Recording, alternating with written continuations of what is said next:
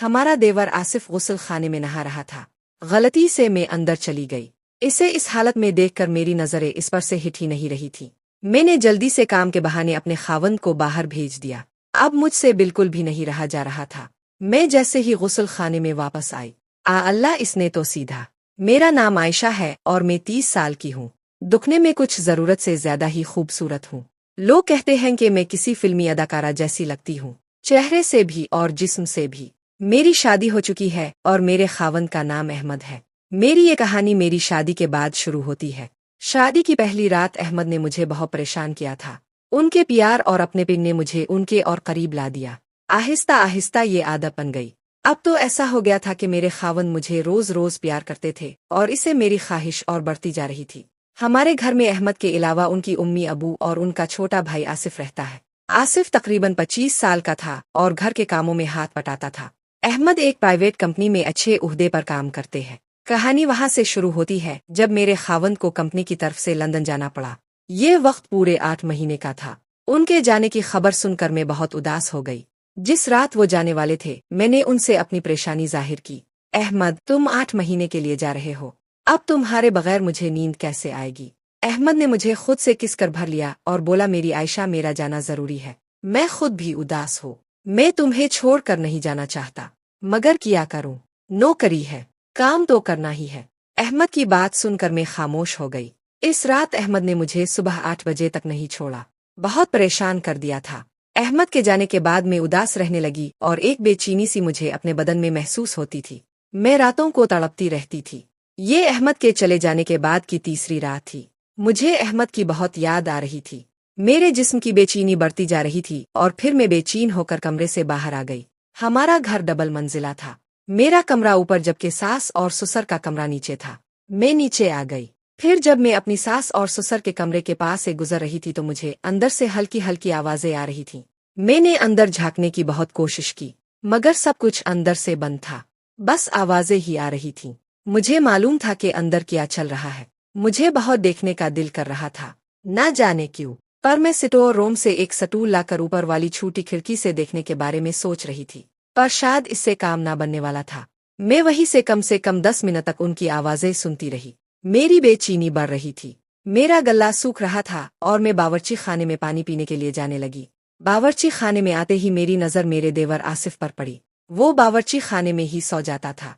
मजबूत जिस्म और गठिला बदन देखकर न जाने क्यों मैं इसे सोते हुए घूरने लगी। मैंने पहले कभी आसिफ को इस नजर से नहीं देखा था। इसकी लंगोट थोड़ी सरकी हुई थी और इसकी रान साफ साफ दिखाई दे रही थी। मैं कुछ देर इसे घूरती रही और फिर वापस अपने कमरे में आ गई। मेरा जरा भी दिल नहीं लग रहा था। ये मेरे खावंद के बगैर पहली रात थी और मैं सोच रही थी कि ना जाने बाकी के दिन कैसे कटेंगे। ऐसे सोचते सोचते कब नींद लग गई पता ही नहीं चला। सुबह हो चुकी थी। अब मैं बावर्ची खाने में अपने काम में लगी थी। तभी आसिफ आया और बोला, भाभी, आज खाने में क्या बनाना है। मैंने जवाब दिया, सासू अम्मा से पूछ लो, और वो उनसे पूछने के लिए चला गया। आसिफ हटा-कटा लड़का था।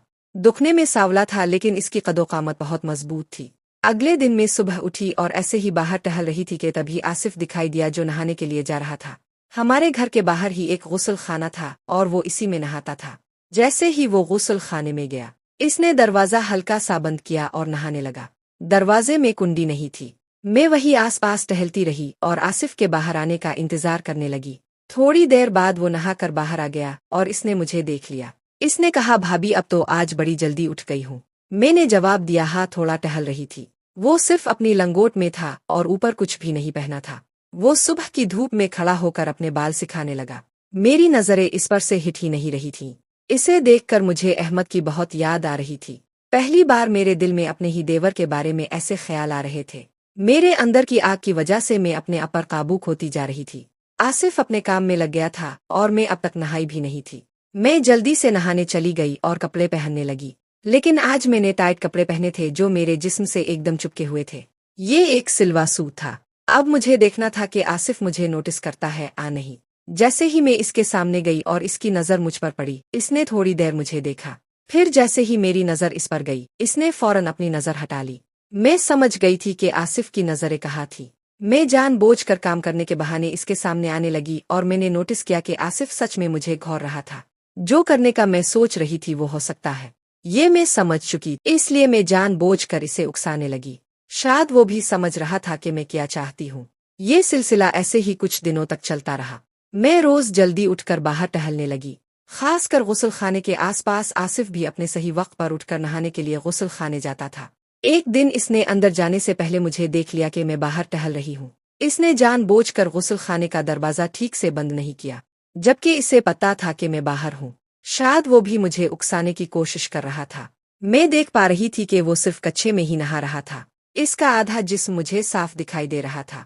जैसे ही इसने देखा कि मैं इसे देख रही हूँ, इसने जल्दी से दरवाजा बंद कर लिया, ऐसा जताया जैसे इसे मालूम ही नहीं था कि मैं इसे देख रही हूँ। मैंने सोच लिया था कि आसिफ को कैसे सीधा करना है। शायद वो डर रहा था।